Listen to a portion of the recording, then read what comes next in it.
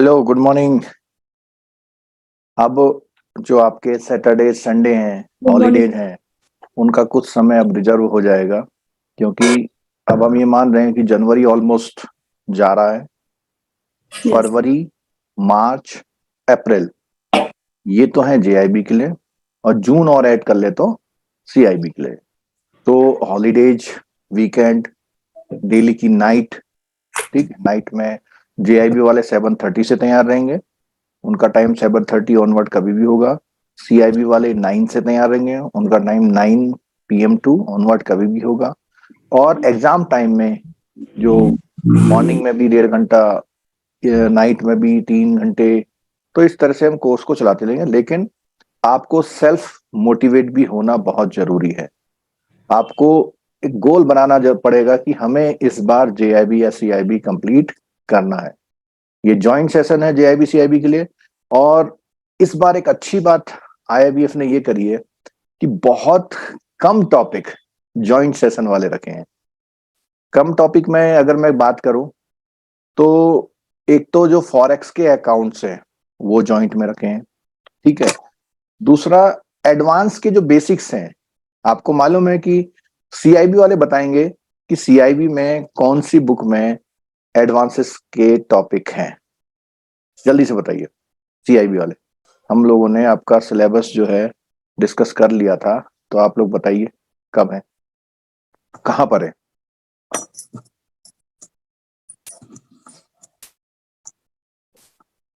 ऐसे कैसे चलेगा काम?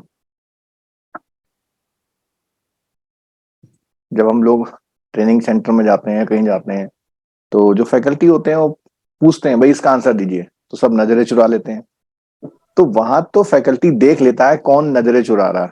हम तो यहाँ देख ही नहीं सकते कौन नजरें चुरा रहा है, ठीक है। तो सीआईबी वाले ये नहीं बता पा रहे हैं कि एडवांसेस के टॉपिक उनके किस पेपर में हैं। सर एबीएम में है सर। एपीएम में सर, लास्ट एबीएम में। मॉड्यूल। एबीएम में कौन सा मॉड्यूल? पहले तो सर था उसमें डी में था सर। अब उसका हाँ, चेंज हो अब वो सी में आ गया है, ठीक है। तो सी मॉड्यूल में क्रेडिट मैनेजमेंट का अभी भी वहीं का वहीं है, ठीक है। तो एडवांसेस से आप बचे नहीं है, और वही बेसिक एडवांसेस जेआईबी वाले को सीखने हैं, क्योंकि उनके में भी ये जो बेसिक वर्किंग कैपिटल और एमएसएमई, एग्रीकल्चर फाइनेंस, ये सब चीजें वही सेम है। और सबसे बड़ी बात है कि जो रिटेल बैंकिंग का चैप्टर, जो बुक जेआईबी वालों में ऐड हुआ है, उसमें भी एडवांसेस का रोल है। सिक्योरिटीज कौन कौन सी होती हैं, हालांकि जेआईबी के एलआरएबी से टॉपिक हट गया है, लेकिन रिटेल बैंकिंग में फिर वो ऐड हो गया। तो एडवांसेस का कॉमन है, तो बहुत कम कॉमन टॉपिक है। और आज भी हम जो टॉपिक लेने जा रहे हैं वो भी कॉमन टॉपिक लेने जा रहे हैं, और उस टॉपिक का नाम है फॉरेक्स के अकाउंट्स। फॉरेक्स के अकाउंट्स। और जो फॉरेक्स के अकाउंट्स हैं, उसमें कितने तरह के अकाउंट होते हैं, कैसे ऑपरेट होते हैं। पहले एक एम्बिग्यूटी थी जीआईबी के सिलेबस में, क्वेश्चन तो आते थे एनआरई एनआरओ से, बट वो कहीं डिफाइन नहीं थे बुक में एज सच। अब उन्होंने प्योरली इसका एक टॉपिक इंट्रोड्यूस कर दिया है, ठीक है। तो हम, जैसा कि आपको पता है कि जो किसी भी टॉपिक की पहली दूसरी क्लासेस होती हैं, कॉन्सेप्चुअल क्लास लेते हैं और उसके बाद थ्योरी पे जाते हैं, जिससे आपको पूरा एक सिनेरियो मालूम हो जाए। इससे रिलेटेड पुराने लेक्चर्स भी हमारे काफी पसंद किए गए लेक्चर्स में से एक हैं, तो उसको सब लोग देखते हैं। इवन जो पीसीएस की तैयारी करते हैं वो लोग भी उस लेक्चर को देखते हैं, क्योंकि उनसे भी कभी कभी एनआरई अकाउंट के बारे में हल्का सा पूछ लेता है, ठीक है। तो सब लोग तैयार रहे, अटेंटिव रहे, आज की क्लास इंटरेस्टिंग होने वाली है। और जिन लोगों ने अभी तक कोर्स ज्वाइन नहीं किया है, मेरी उनसे रिक्वेस्ट है कि कोर्स ज्वाइन कर लीजिए। बहुत ज्यादा प्राइस नहीं रखे हुए हम लोगों ने। चलिए शुरू करते हैं हम लोग। चलिए, इसको करने के लिए हम लोग पहले कॉन्सेप्ट लेके चलेंगे, और कॉन्सेप्ट जो होंगे आपके, वो क्लियर कट आपको ये बताएंगे कि ये जो अकाउंट्स हैं इनको किस किस नेम से जाना जाता है, और कैसे इनकी पहचान की जाती है, कौन से वो खास पॉइंट हैं जिसे आप नाम लेके ही पहचान जाएं या देख के ही पहचान जाएं कि इस अकाउंट में क्या क्या फीचर्स हो सकते हैं, ठीक है।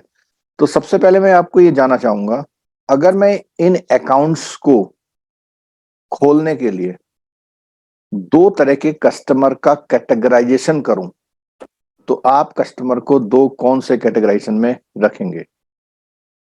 एनीबॉडी, कोई भी आंसर दीजिए।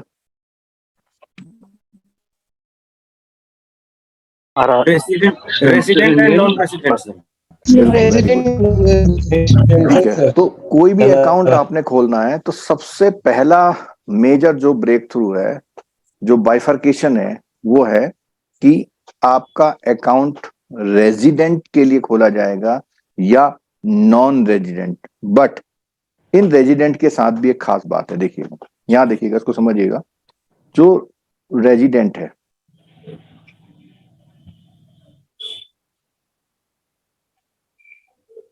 रेजिडेंट और नॉन रेजिडेंट, ये दोनों लोग हैं कौन? इंडियन है सर।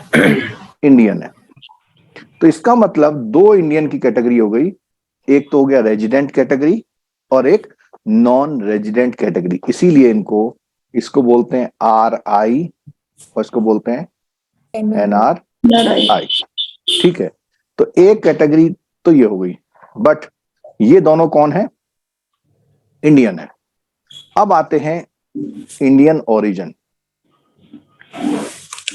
इंडियन ओरिजिन, तो इंडियन ओरिजिन से मतलब ये है कि कभी भी उनके father, four father, grand four father कभी ना कभी इंडियंस थे, कभी ना कभी इंडियंस थे। अभी नहीं है, कभी ना कभी थे, चाहे वो आज से 500 साल पहले थे या आज से 80 साल पहले, क्योंकि 47 के बाद, 1947 के बाद से पहले वो कभी ना कभी इंडिया में थे, इंडियन थे। और अब कहां चले गए? वो बाहर चले गए, अर्बन। हाँ। तो इसको हम एक नए वर्ड से जानते हैं, कौन सा वर्ड है वो? PIO, person of Indian Indian origin. origin. ठीक है, तो हमारे अभी कितने कैटेगरी आ गई देखिए सामने, 1 2 3। ठीक है, एक कैटेगरी और होती थी पहले, जिसको हम OCI बोलते थे। क्या बोलते थे उसको? Overseas citizen of India. ठीक है, तो ये कैटेगरी अब मर्ज हो गई है किसमें? PIO में। ठीक है, हमने यहाँ पे 3 कैटेगरी दी। आपसे मेरा क्वेश्चन ये है, क्या कोई और कैटेगरी भी है? बोलिए। हो सकता है सर, जो विदेशी लोग यहाँ पढ़ने के लिए आते हैं, यहाँ पे बिजनेस वगैरह। हाँ, हमें आंसर मिल गया है, फॉरेनर्स। अब वो फॉरेनर्स किसी भी पर्पज के हों, बट हमारे लिए तो फॉरेनर्स हैं, क्योंकि ये जो 2 कैटेगरी है, ये वाली कैटेगरी प्योर इंडियन की है, ये वाली कैटेगरी एनी टाइम इंडियन की है। ठीक है, और ये कैटेगरी किसकी है? फॉरेनर की। Means non Indian. वो कभी ना इंडियन थे ना इंडियन हैं, अभी क्या है? वो फॉरेनर है। अगर हमें इतना स्टेटस, इसको बोलते हैं हम लोग रेजिडेंट स्टेटस। ठीक है, जब आप अकाउंट खोलते हैं, अकाउंट खोलने में कॉलम आता है रेजिडेंट स्टेटस, कि वो रेजिडेंट है या नॉन रेजिडेंट है। ठीक है, तो रेजिडेंट स्टेटस का एक वो आता है। ठीक है, यस सर। चलो अब आगे बात करते हैं हम लोग। तो हमें अगर ये स्ट्रक्चर मालूम है तो मैं आगे कोई प्रॉब्लम होने वाली नहीं है। अच्छा, सेकंड चीज, अगर मैंने NRI लिख दिया तो थोड़ा NRI के बारे में जानते हैं। NRI कौन है? NRI वो है जो more than 182 days not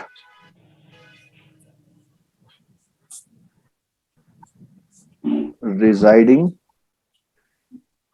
in India. ठीक है,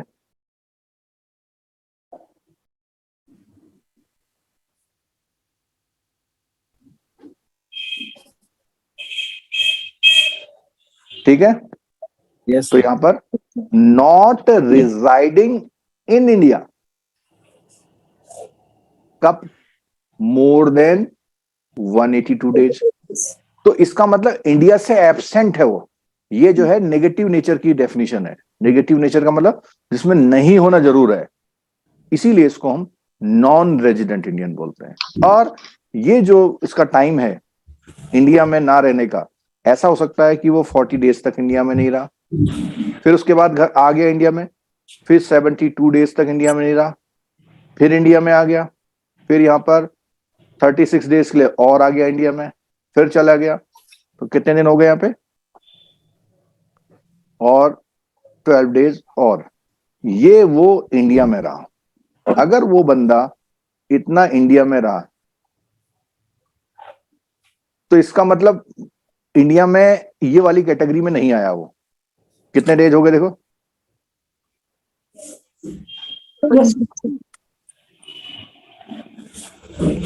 160 ना?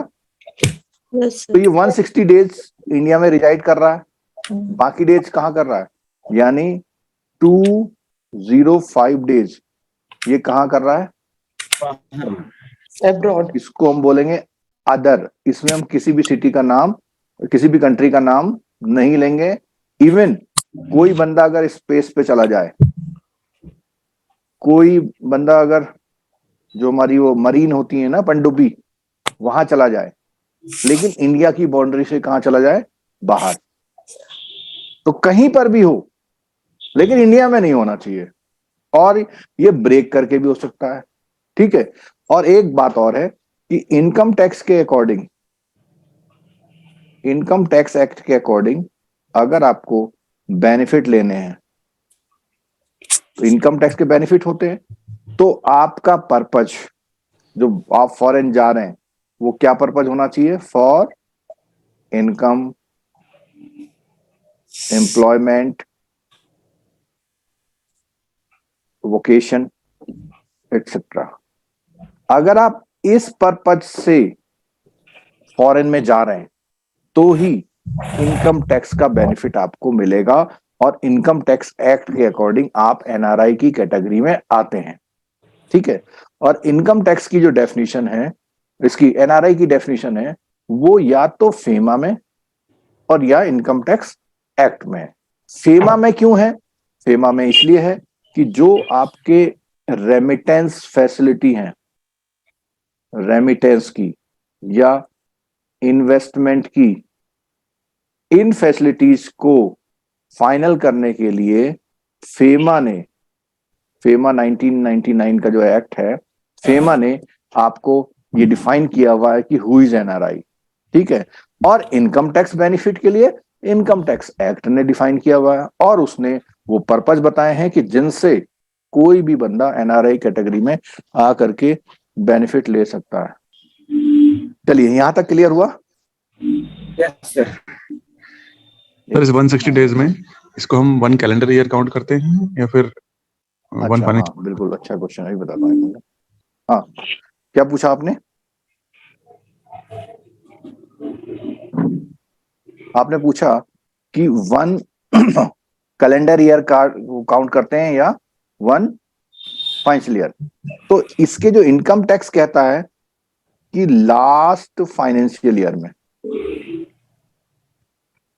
क्यों कहता है ऐसा? क्योंकि आपको जो आईटीआर भरनी पड़ती है, वो ITR as per financial year भरनी पड़ती है, ठीक है। बट जैसे कुछ चीजें रेमिटेंस के मामले में कुछ है, उसमें फेमा ने कैलेंडर ईयर यूज किया हुआ है। बट इनकम टैक्स के अकॉर्डिंग प्रीवियस फाइनेंशियल ईयर में उसका स्टेटस इस तरह का रहना चाहिए, ठीक है। चलो, तो हमने अभी तक इसके बारे में बात करी। किसके बारे में बात करी? रेजिडेंट, ठीक है, नॉन रेजिडेंट। हाँ। इसको हम ऐसा बना के बता दिए कि मतलब किसी ह्यूमन बीइंग की हम ऐसे बात करें, ठीक है। इसको हम एक कैटेगरी और बोलते हैं इंडिविजुअल्स, इंडिविजुअल्स, ठीक है। दूसरा क्या होता है? इंस्टीट्यूशनल, या हम इसको ऐसा भी कह सकते हैं नॉन इंडिविजुअल। अब यहां पे देखिएगा, इंस्टीट्यूशनल या नॉन इंडिविजुअल में कौन आ जाती हैं? कौन है? Company, bank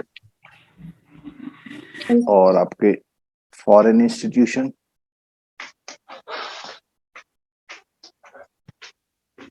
etcetera. ठीक है, तो कंपनी, बैंक और फॉरेन इंस्टीट्यूशन। ठीक हो गया। तो ये नॉन इंडिविजुअल। अब बात आती है क्या इनको भी हम लोग अकाउंटों में लेते हैं? बिल्कुल लेते हैं। क्यों? ये भी इंडिया में आके अकाउंट्स खोलती हैं। ठीक है, या आपकी कोई कंपनी बाहर जाके अकाउंट खोलती है तो उनको भी हम लेंगे। तो ये तो बात हो गई हमारी कि हु, मतलब अकाउंट कौन खोल रहा है। ठीक है, दूसरा बड़ा आंसर है हमारा या क्वेश्चन है करेंसी। कौन खोलेगा और किस करेंसी में खोलेगा? तो अकाउंट या तो इंडियन करेंसी में खोलेगा या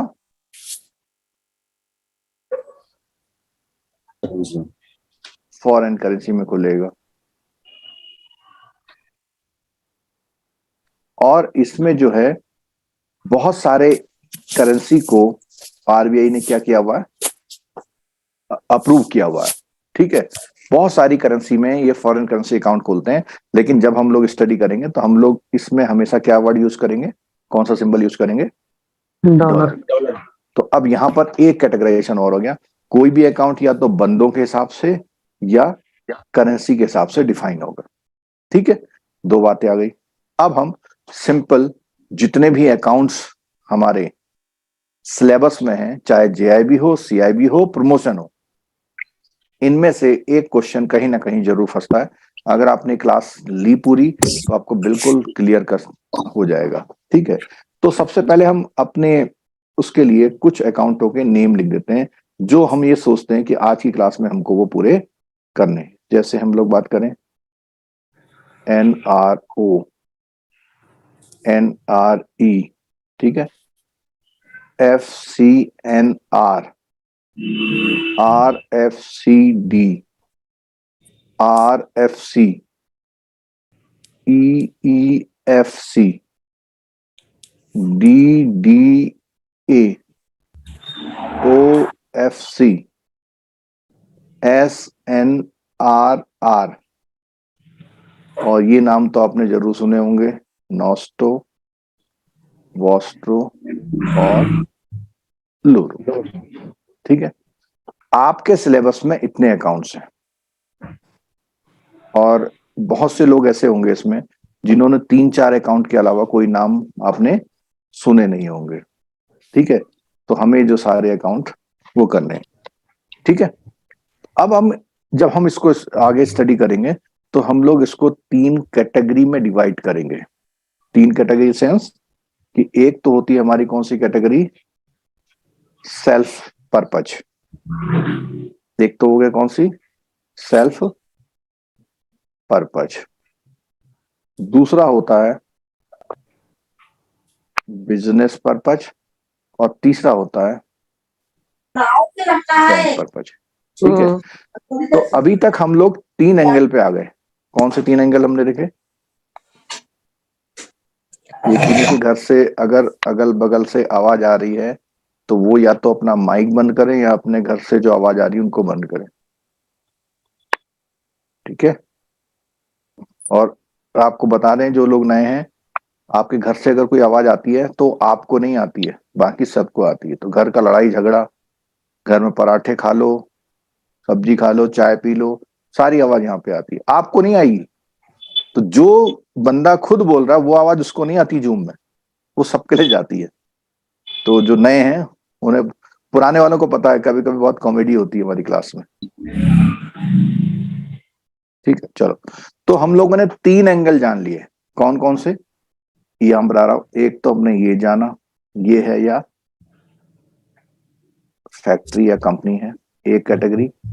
ठीक है, दूसरी कैटेगरी हमने क्या जानी? रुपीज है या डॉलर। और तीसरा है पर्पज। अगर ये 3 पॉइंट आपको क्लियर है तो किसी भी अकाउंट के बारे में जस्ट एकदम से बता दोगे आप।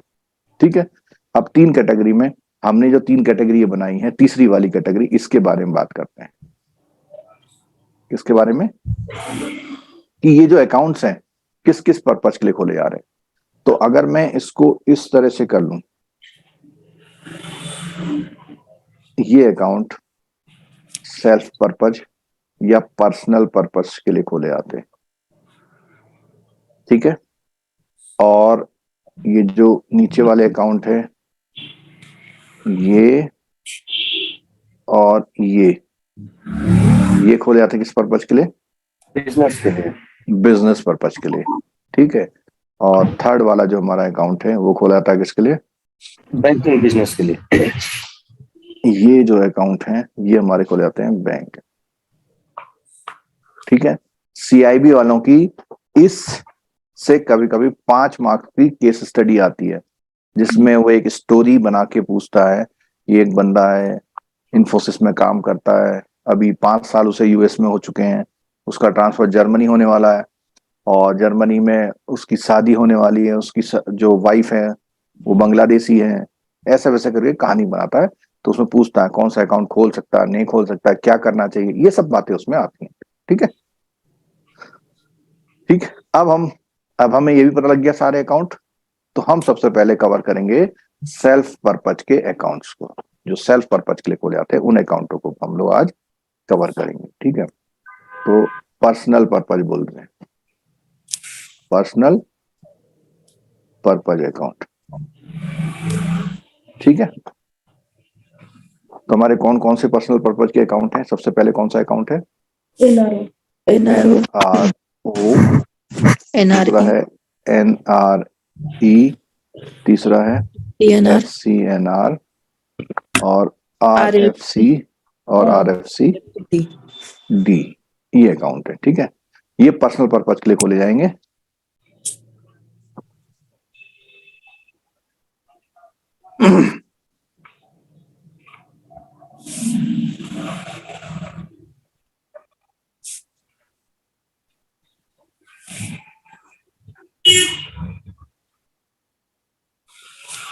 और कोई भी हम अकाउंट खोलेंगे ना, उसमें कुछ पॉइंट्स को पढ़ेंगे।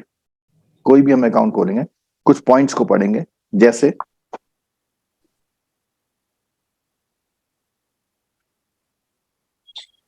Type of account, type of account, nominee, joint, repatriation,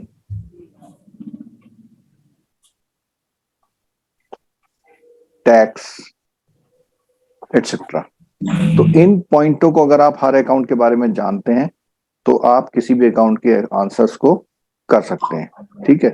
तो पहला वाला हमारा जो अकाउंट है NRO, तो यहां पर हमने जो 2 कैटेगरी करी थी कि यहां पर क्या लिखा हुआ देखिए, NR NR NR, इसका मतलब ये जो अकाउंट खोले जाएंगे किसके द्वारा खोले जाएंगे? NR। अगर NR लिखा हुआ है तो इसका मतलब ये अकाउंट कौन खोलेगा? NRI, NRI और NRI। अब बात करते हैं R की। R का मतलब क्या है? रेजिडेंट। तो ये जो 2 अकाउंट खोलेंगे ये किनके द्वारा खोले जाएंगे? रेजिडेंट की, ठीक है। और NRI और रेजिडेंट का स्टेटस हमने पहले ही ऊपर बता दिया, ठीक है। NRO account, type of account, कि NRO अकाउंट अगर कोई खोलना चाहता है तो वो कौन से अकाउंट खोल सकता है? वो ऑल टाइप के अकाउंट खोल सकता है। ऑल से मतलब saving bank, current account, RD और FD, ठीक है। NRE भी जो अकाउंट है वो भी ऑल टाइप में होता है। FCNR जो होता है ओनली FD के फॉर्म में होता है, ठीक है। और यहां पर ये जो RFC अकाउंट होता है ये FD के फॉर्म में होता है और RFCD करंट अकाउंट के फॉर्म में होता है, या उसको बोलते हैं 0% अकाउंट होता है। ठीक है, अब यहां पर बात आती है nominee. NRE, NRO, FCNR, RFC, आरएफसीडी में नॉमिनी कौन हो सकता है? कौन से मतलब रेजिडेंट होगा या नॉन रेजिडेंट? कौन से मतलब रेजिडेंट होगा या नॉन रेजिडेंट? तो बताओ एनआरई में कौन हो सकता है नॉमिनी? एनीवन हमने यहाँ पर भी रहेगा। देखो नॉमिनी का एक कॉन्सेप्ट समझो कि आपके बाद पैसा किसको मिलेगा। अब सपोज कीजिए कोई एनआरआई है, उसने एनआरओ अकाउंट खोल रखा है, उसकी डेथ हो जाती है और उसके घर में कोई भी एनआरआई नहीं है, तो पैसा कहां जाएगा? फैमिली को मिलेगा। तो कैसे मिलेगा? कि अगर उस अकाउंट में नॉमिनी कोई भी है, तो इसमें हमारा पूरे सबके लिए आंसर यही है कि नॉमिनी तो कोई भी हो सकता है। ठीक है, अब बात आती है जॉइंट की, इसको समझना है आपने। नॉमिनी मतलब फॉरेनर भी हो सकता है सर। नॉमिनी, हाँ। हाँ ये क्वेश्चन आपने बहुत टेक्निकल पूछ लिया।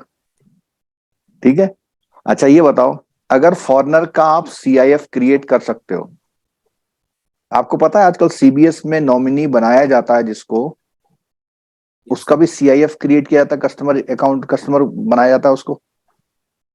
यस सर, यस सर, मतलब एक सीआईएफ बनाया जाता है उसको, ठीक है, यस सर। जिसमें उसका नाम हम लिख दिया जाता है। ठीक, क्या उसकी केवाईसी पूरी होती है? सर सीआईएफ बनेगा तो केवाईसी भी होगी पूरी। केवाईसी तो रहेगी ना। अच्छा, कभी आपने ऐसा सुना कि कोई अकाउंट में नॉमिनी बनाना चाहता है लेकिन कहता है मैं उसको नहीं बताऊंगा? हाँ सर। सर ये हाँ तो सर, होता है ये। फॉर्म है ना कि डिस्क्लोज होता है नहीं सर, करना होता है। वो किसी तो को केवाईसी डिस्क्लोज कैसे नहीं पूरी करता। करोगे? हाँ डिस्क्लोज नहीं कर रहे हैं, तो केवाईसी कैसे पूरी करोगे? केवाईसी नहीं होती उसकी। नहीं होती है। नॉमिनी की केवाईसी नहीं होती। हाँ नहीं होती, वही वही बता रहा हूँ। लेकिन उसकी इंफॉर्मेशन, हाँ वो सब डालते हैं आप, वो तो डेथ के लेकिन बाद उसकी, करेंगे ना उसको। हाँ हाँ, तो ये बताना चाह रहा हूँ कि उसकी केवाईसी नहीं होती है, बट उसकी सारी इंफॉर्मेशन आप लोग कैप्चर करते हो, यानी कि नाम पता तो कैप्चर करते ही हो उसका। क्यों?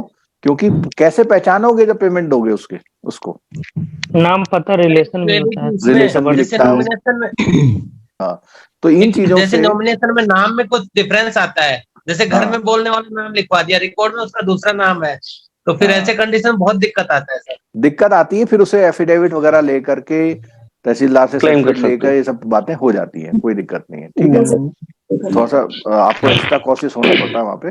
तो मेरे हिसाब से फॉरेनर सर? को भी नॉमिनी बनाने में कोई दिक्कत नहीं है। सर हाँ सर सीआईएफ और कस्टमर आईडी एक ही चीज होती है? हाँ नहीं, थोड़ा सा फर्क होता है, क्यों? क्योंकि सीआईएफ मींस ऐसा समझ लीजिए कि उसकी सारी केवाईसी यस पूरी है। ठीक है, मतलब यहाँ पे थोड़ा सा बैंकिंग सॉफ्टवेयर सब लोगों के अलग अलग है, जी। तो अलग अलग सॉफ्टवेयर में अलग अलग प्रोविजन होंगे। क्योंकि सर बैंक मैं आरआरबी में हूँ, पर स्पॉन्सर बैंक हमारा बैंक ऑफ इंडिया है, तो उसमें कस्टमर आईडी चलती है, सीआईएफ नहीं चलता है। फिनाकिल 10 में सीएफ आ गया सर अब। वो सीआईएफ स्टेट बैंक में सीआईएफ बोलते हैं उसे, दोनों चीजें सर, एक ही नेम अलग अलग है। सर सिर्फ नाम हाँ। अलग होता है। सर थोड़ा रिपीट करेंगे? मैं कह रहा हूँ पिनाकिल कि ये जो बैंकों ने नाम अलग अलग दिए हैं, सर। जैसे स्टेट बैंक ऑफ इंडिया से कस्टमर इंफॉर्मेशन फाइल बोलता है, सीआईएफ बोलता है। ओके फिनेकल में से कस्ट आईडी बोलते हैं। ठीक सर, है, तो वो पर्पज एक ही है, राइट सर। पर्पज एक ही है, लेकिन नेम अलग अलग रखे हुए हैं। और इसमें प्रोसीजरल जो सिस्टम है वो भी बैंकों का अलग अलग हो सकता है, बट नॉमिनी की बेसिक इंफॉर्मेशन कैप्चर की जाती है, नाम, सन ऑफ, पता और रिलेशन और date of birth. Date of birth क्यों ली जाती है बताएगा मुझे? माइनर के केस में होती है सर। सर माइनर हाँ। और वो देखने के लिए। एज को देखने के लिए सर। नहीं, आपको लेनी तो सबकी पड़ेगी ना डेट ऑफ बर्थ, पता कैसे लगेगा ये माइनर है? नहीं सर, नॉमिनी की नहीं देते हैं। नॉमिनेशन में वो जो डिटेल देगा वही हमको डालना है। वही डालना है, हाँ, इसके लिए हाँ, कोई सर। प्रूफ नहीं मांगने हैं उससे। और अगर वो डेट ऑफ बर्थ बता रहा है वो माइनर है, तो उससे एक और नेम नहीं डालना। पूछना है, अर्जियन उसे बोलना भाई गार्जियन अपॉइंटी का का नाम नेम ले लिया बताओ। जाता है। ठीक है, चलो आगे चलते हैं। अब बात आती है ज्वाइंट की, सबसे इंपॉर्टेंट बात। एनआरआई का अकाउंट है और ज्वाइंट करना है हमको, तो हमको कौन चाहिए? एनआरआई चाहिए। ठीक है, बट इसको ध्यान से सुना इस बात को, मान लिया उसके घर में कोई भी एनआरआई नहीं है, तो वो रेजिडेंट इंडियन को भी ज्वाइंट कर सकता है, बट वो किस स्टाइल में करेगा? Farmer and survivor. इस बात को समझ लें सब लोग, खासकर से जो न्यू ज्वाइनी है बैंक में, उनको समझना पड़ेगा। फॉर्मर और सर्वाइवर और आइदर और, थोड़ा सा यहां एक्सप्लेन कर देता हूं। या तो अकाउंट वो खुलेगा सिंगल, या खुलेगा जॉइंट, या खुलेगा ई और एस, या खुलेगा एफ और एस। ठीक है, अब इनमें फर्क समझिए। सिंगल तो आपको पता है, जॉइंट में ऑलवेज दोनों लोगों का आना जरूरी है। और आइदर सर्वाइवर में है तो दो, दोनों में लेकिन दोनों में से कोई एक। अच्छा, एफ और एस में क्या है कि पहले तो दोनों में एक से चलेगा, लेकिन नहीं, दोनों में से एक नहीं है, इसका मतलब फर्स्ट होल्डर रहेगा तब तक फर्स्ट फॉर्मर, रहेगा, और उसमें नहीं लेकिन रहेगा। डेथ नहीं होने रहने के पर, बाद सेकंड का डेथ जब तक नहीं होगी उसकी, तब तक दूसरे बंदे का नाम नहीं आएगा, मतलब दूसरा कुछ नहीं कर सकता उसमें। तो इसलिए ये फैसिलिटी दी गई है कि वो पहला तो कौन बंदा है? एनआरआई, और दूसरा बंदा कौन है? आरआई। और आपको पता है कि जो एनआरई अकाउंट या एनआरओ अकाउंट है, जो फॉरेनर खोलते हैं, एफसीएनआर 3 अकाउंट खोलते हैं ना फॉरेनर, वो एनआर नॉन रेजिडेंट, तो उसमें क्या होगा, जब डेथ हो जाएगी तो डेथ होने पर रेजिडेंट इंडियन को वो फंड्स जो होंगे क्या होंगे? ऑपरेटेबल हो जाएंगे। यानी resident Indian after death of former, farmer माने पहला वाला, सर्वाइवर माने जो बच गया। ठीक है, सपोज कीजिए कि एफ और एस दोनों की डेथ हो जाती है, तो अकाउंट कौन ऑपरेट करेगा? नॉमिनी। नॉमिनी। उसके बाद किसका नाम आता है?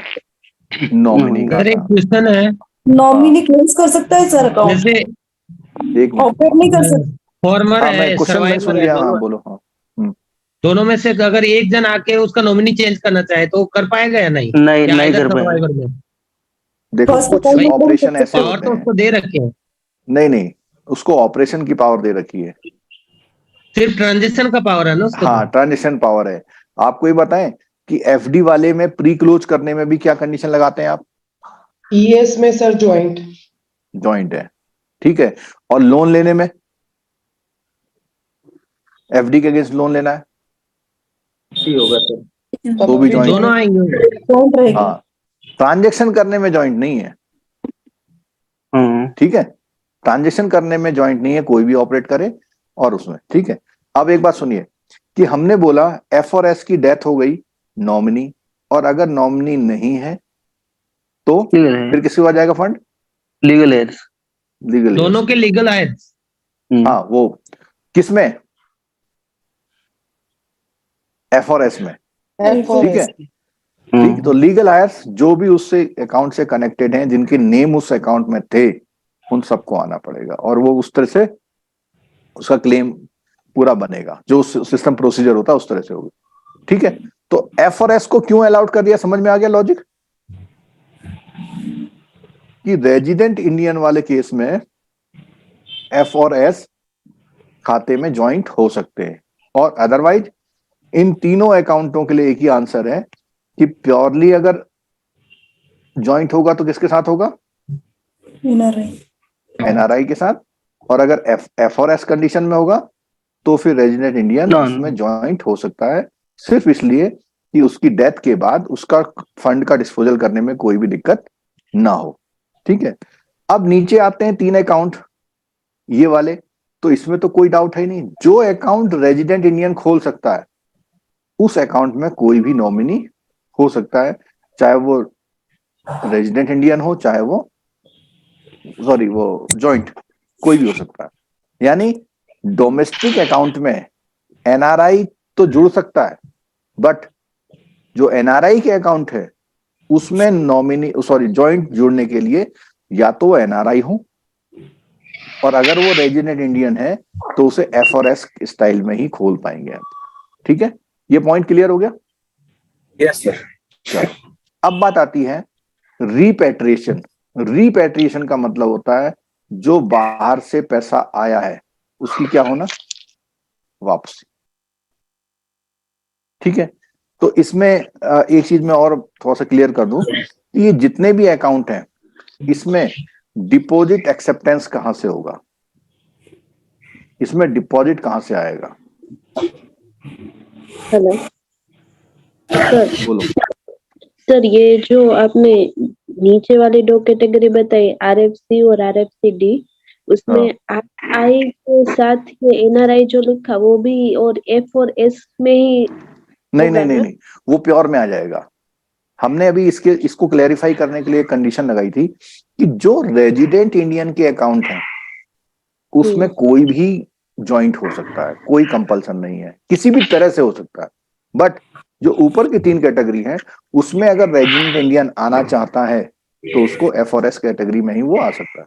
ओके, नीचे वाली में कोई कंपल्सन नहीं है? कोई कंपल्सन नहीं है। ठीक है, चलो अब बात आती है वापसी की। तो इसको वापसी को करने से पहले एक लास्ट में मैंने पॉइंट लिखा है डिपॉजिट वाला, डिपॉजिट फ्रॉम या डिपॉजिट सोर्सेस। डिपॉजिट के क्या, कहाँ से पैसा आएगा? पैसा कहां से आएगा, तो इसके बारे में बहुत क्लियर हो जाइए। कई बार इसमें कंफ्यूजन होता है। एनआरओ अकाउंट में कहां से पैसा आता है, बाहर से पैसा आएगा सर। बाहर से रुपीज इंडिया, इंडियन रुपीज में है। इंडियन रुपीज में एनी का मतलब यहाँ से कभी पैसा जमा होगा, समझिए सर। चाहे इंडिया से जमा करो या बाहर से भेज दो, बट एनआरई वाले में पैसा हमेशा कहां से आएगा, अब्रॉड से। या और सुनिएगा तो ध्यान से, क्या लिखा मैंने, एफसीएनआर। इसका मतलब यह है कि कोई एफसीएनआर का पैसा है वो भी एनआरई अकाउंट में ट्रांसफर हो सकता है, क्योंकि एफसीएनआर का पैसा कहां से आ सकता है, अब्रॉड से या एनआरई अकाउंट से। ये बात समझ में आई? कोई क्वेश्चन हो तो पूछ लीजिएगा। सर इसमें जो पैसा आएगा वो तो नॉन इंडियन करेंसी में होगा ना, या फिर अदर करेंसी में आएगा ना? हाँ, यही मैं क्वेश्चन चाह रहा था आप लोगों से कि अगर वो रुपीस वाला पैसा कहां से, एनआरई अकाउंट से लाना चाहता है तो वो कन्वर्ट होके फॉरेन में कन्वर्ट होके उसका एफडी बन जाएगा।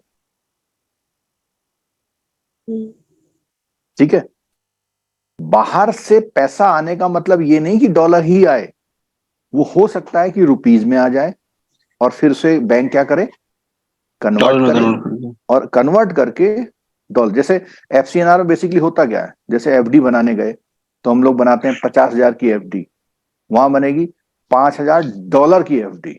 मींस जो प्रिंटिंग होगी उसमें $5,000 वर्ड आएगा और जो उसकी मैच्योरिटी होगी वो डॉलर में ही बनेगी। उस पॉइंट ऑफ टाइम पे जब आप एफसीएनआर की मैच्योरिटी ले रहे हैं और आप एनआरई अकाउंट में पैसा डालना चाहते हैं तो बैंक उस पैसे को कन्वर्ट करेगा और आपके एनआरई अकाउंट में डाल देगा। इसका मतलब ये हुआ कि ये दोनों अकाउंट आपस में एक्सचेंजेबल हैं, यानी ऐसे और ऐसे, यानी एनआरई से एफसीएनआर बन सकता है, एफसीएनआर से एनआरई अकाउंट में डाल सकते हैं। अच्छा, एक इंपॉर्टेंट पॉइंट यहां हम लोग छोड़ गए कि करेंसी वाला जो हमने शुरू में बताया था। तो ये जो अकाउंट है, जिस भी अकाउंट में एफसी लिखा हुआ है, जिस भी अकाउंट में एफसी लिखा हुआ है, तो कहां लिखा हुआ है, एक तो यहां लिखा हुआ है, एक यहां लिखा हुआ है और एक यहां लिखा हुआ है। इन अकाउंटों का बैलेंस किसमें हो सकता है, फॉरेन करेंसी में, फॉरेन करेंसी में हो सकता है। और जिसमें एफसी नहीं लिखा हुआ है उसमें जब पासबुक प्रिंटिंग आएगी या एफडी प्रिंटिंग आएगी तो उसमें क्या लिखा होगा प्रिंटिंग में, ये रुपीज। तो ये भी क्लियर हो गया कि दो अकाउंट तो हमारे रुपीज में खुलते हैं, बैलेंस होता है, और बाकी नीचे के 3 अकाउंटों में जो बैलेंस दिखाई देता है वो फॉरेन करेंसी में दिखाई देता है। सर, हाँ सर अभी जैसे एक न्यूज आई थी कि इंडिया रशिया से रुपीज में बिजनेस मतलब वो स्टार्ट किया है सर, रुपीज में जो भी डॉलर को हटा के रुपीज में उन्होंने किया है। तो ऐसे कंडीशन में जो डिपॉजिट, जैसे रशिया में डिपॉजिट जो सोर्स है वो किस में रहेगा? रशिया में जो रहेंगे, हाँ हाँ, ये जो है रेमिटेंस के लिए कंडीशन है, उसके ट्रेड के लिए कंडीशन आई है। यानी रसिया हमको क्या देता है, वो ऑयल देता है, ठीक है, ऑयल के अलावा जो आर्म्स एम्युनिशन देता है, सर ठीक है। तो रसिया जो है हमसे रुपया लेने को तैयार है, पहले वो डॉलर लेता था, सर रुपया तो लेने को तैयार है। ये सिर्फ हाँ। ट्रेड के लिए है, बाकी रेमिटेंस के लिए नहीं है ना, रेमिटेंस तो आपका इंडिविजुअल डिसीजन है ना सर। रेमिटेंस तो आपका इंडिविजुअल डिसीजन है कि आप चाहते हैं कि मेरे पास डॉलर आए या रुपया आए, ये आपका व्यक्तिगत डिसीजन है। लेकिन ट्रेड के लिए बात हुई है, जो रुपया एक्सेप्ट करेगा ना, वो ट्रेड की बात हुई है। सर। और रसिया बेसिकली यूएसए की जो करेंसी है, यूएसए ने बहुत सारी सैंक्शन लगा रखी हैं, तो वो डॉलर लेके क्या करेगा, या उस डॉलर का अगर रसिया से यूएसए से कुछ सामान चाहिए तो यूएसए ने मना कर दिया, तो डॉलर को ना लेकर के रुपया लेने को तैयार हो गया है, ठीक है। और हम लोग जब उसका पेमेंट करते हैं तो रुपए में पेमेंट करते हैं। एक बात तो ये है। दूसरा कि इंडिया को क्या फायदा है सर, इंडिया को डॉलर एक्सचेंज नहीं कराना पड़ेगा, और एक्सचेंज कराने में खर्च लगता है, और डॉलर की शॉर्टेज भी नहीं होगी इंडिया में, क्योंकि अब इंडिया जो है रसिया को रुपए में पेमेंट कर रहा है। उतने इक्विवेलेंट रुपए के इक्विवेलेंट डॉलर अब कन्वर्ट नहीं कराने पड़ेंगे, ना ही इंडिया के जो फॉरेक्स का रिजर्व है वहां से डॉलर में कोई कमी आएगी। ठीक है, क्लियर हो गया सर?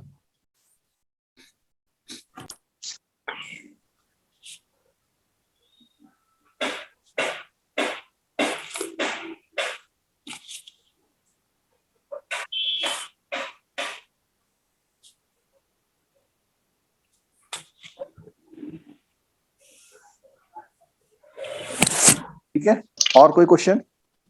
Yes sir.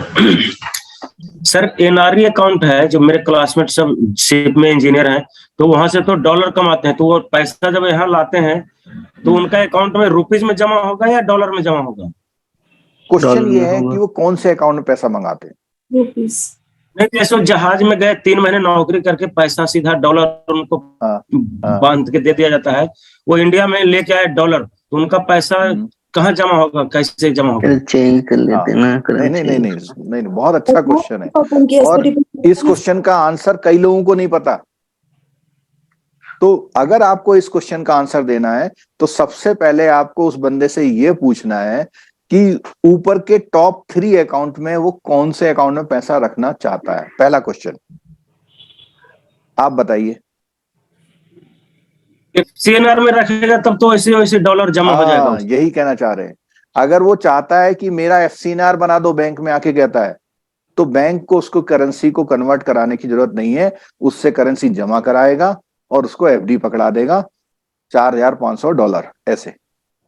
लेकिन अगर वो चाहता है कि मेरे को डेली ट्रांजेक्शन इंडिया में करना है, तो वो कौन से अकाउंट में जमा कराएगा?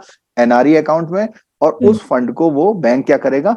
कन्वर्जन करेगा, वो कन्वर्ट करेगा और वो पैसा रुपये में जमा हो जाएगा। ठीक है, मिल गया आंसर इसका? एक्सक्यूज मी सर, विड्रॉ भी इंडियन रुपीस में करेगा। फिर वही आंसर है कि वो कौन से अकाउंट को ऑपरेट करना चाहता है, कहां से निकालना चाहता है पैसा, ये बताओ। चलो, एनआरई अकाउंट सर। तो एनआरई अकाउंट में रुपया रहता है, रुपया ही मिलेगा उसको। विड्रॉ जो ही ना है, विड्रॉ जो है वो इंडियन रुपीस में ही करेगा। हाँ, लेकिन अगर एफसीएनआर में करेगा तो फॉरेन करेंसी, तो डॉलर में ही निकलेगा पैसा। अब वो डॉलर का पैसा क्या करना चाहता है वो उस पर डिपेंड करेगा। ठीक है सर एक्सक्यूज मी। हाँ सर ये जो एफसीएनआर है ये फॉरेन करेंसी में होती है, ठीक है, तो जब मतलब उसको रीपैट्रिएट करना है तो उसमें कोई फिक्स्ड अमाउंट रहती कि इतने अमाउंट के ऊपर अगर वो लेके जाएगा तो एनआरई अकाउंट के थ्रू रूट आउट करेगा कि नहीं, कोई कंडीशन नहीं है? देखो, ऐसी कोई कंडीशन नहीं है। एनआरई में, एनआरओ में, एफसीएनआर में कितना भी पैसा ले आए, इंडिया खुश है, क्योंकि पैसा बाहर से आ रहा है।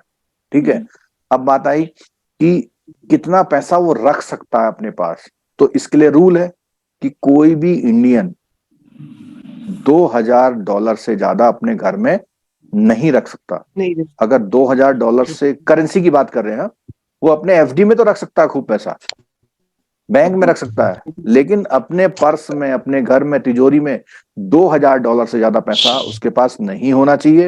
अगर उससे ज्यादा पैसा है और वो बाहर से लाया है तो उसे 6 महीने के अंदर, तो 6 महीने के अंदर वो पैसा क्या करना पड़ेगा? करना पड़ेगा, में जमा कराना पड़ेगा। ठीक है, वो जो बाहर की विदेश यात्रा से आते हैं ना, पैसे लेके ज्यादा ले आए, रात को एयरपोर्ट में बैंक बंद था तो घर ले आ सकते हैं, लेकिन वो 6 महीने के अंदर उसे क्या करने पड़ेंगे? डिपॉजिट बैंक में कहीं ना कहीं डिपॉजिट करने पड़ेंगे। ठीक है, तो सर कन्वर्ट कर सकते हैं इंडियन रुपीज में? हाँ बिल्कुल कर सकते हैं। वो तो जो बैंक का जो बिजनेस है, जो बैंक की ब्रांचें खुली हुई हैं, क्या करती हैं? वो यही काम तो करती हैं, फॉरेक्स ब्रांचें, फॉरेक्स ब्रांचेस। फॉरेन एक्सचेंज में जो ब्रांचेज हैं उनका काम ही ये होता है। ठीक है, क्लियर होगी बात? सर फॉरेन करेंसी, पूछना फॉरेन है, करेंसी में कोई जो पैसा फॉरेनर आता है, इंडिया में आता है और वो जॉब करता है यहाँ पे, जैसे हाँ। रेलवे के कोई प्रोजेक्ट चल रहे हैं यहाँ हाँ पे, हाँ, आते हैं हाँ। तो उन लोगों के लिए कौन सा अकाउंट हम लोग प्रेफर करेंगे? NRO account. क्यों? क्योंकि एनआरओ एक टेम्परेरी नेचर का भी अकाउंट होता है। तो मैं यहाँ पे, आपका क्वेश्चन आ गया तो इससे हमारी एक चीज क्लैरिटी और बढ़ गई। ये जो अकाउंट है एनआरओ वाला, एनआरओ वाला अकाउंट, एनआरआई के साथ कोई कौन फॉरेनर भी खोल सकता है। जरा 1 मिनट रुकिएगा जरा आप लोग।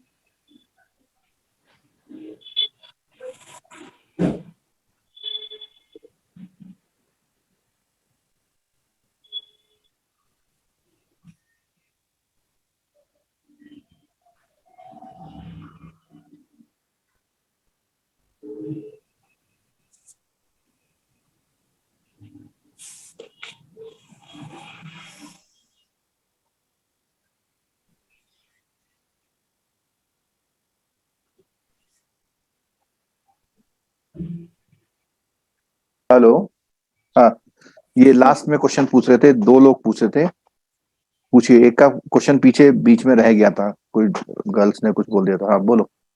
जी सर मैं कह रहा हूँ फॉरेन रेमिटेंस के थ्रू जो पैसा आता है तो उस पर टैक्स लगता है कुछ अपना? बिल्कुल नहीं। इसके लिए हम ऐसा कह सकते हैं, इसको भी समझ लीजिएगा, ये भी आपके सिलेबस में है। ठीक है, क्या है? एक होता है BTAA, सुना कभी आप लोगों ने? जब एग्जाम की तैयारी करते थे तो याद करते हो, देखा था सर कहीं पर ये।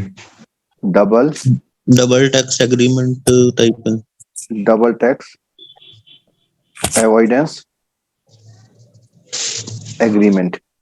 देखो, सपोज करिए कोई जापान में जॉब कर रहा है और उसको 2 लाख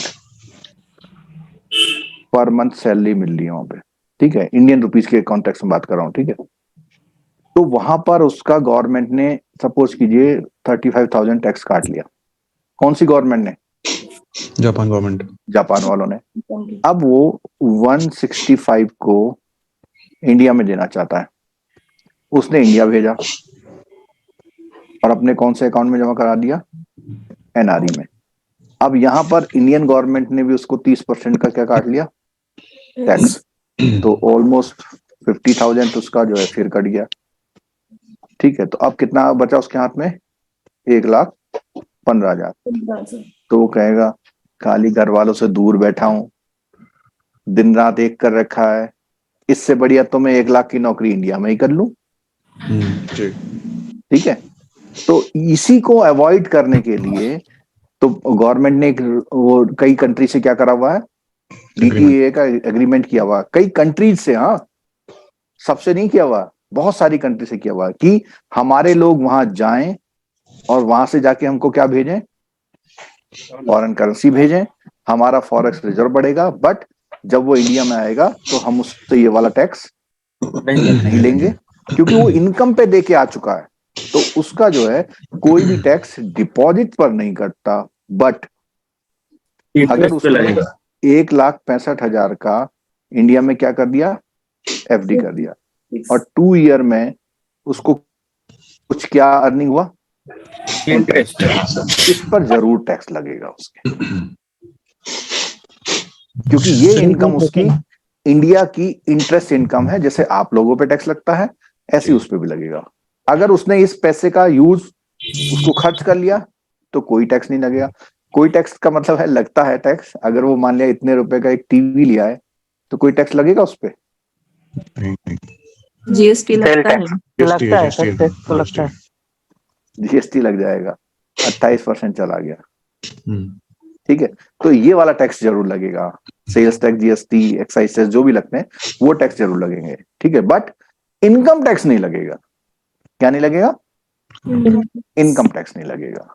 ठीक है, तो ये कॉन्सेप्ट क्लियर हो गया बिल्कुल? सर एक क्वेश्चन है। हाँ बोलो। सर ऐसा है अभी जैसे ना एनआरओ अकाउंट में ना W टैक्स करके टैक्स कटता है कुछ, W टैक्स।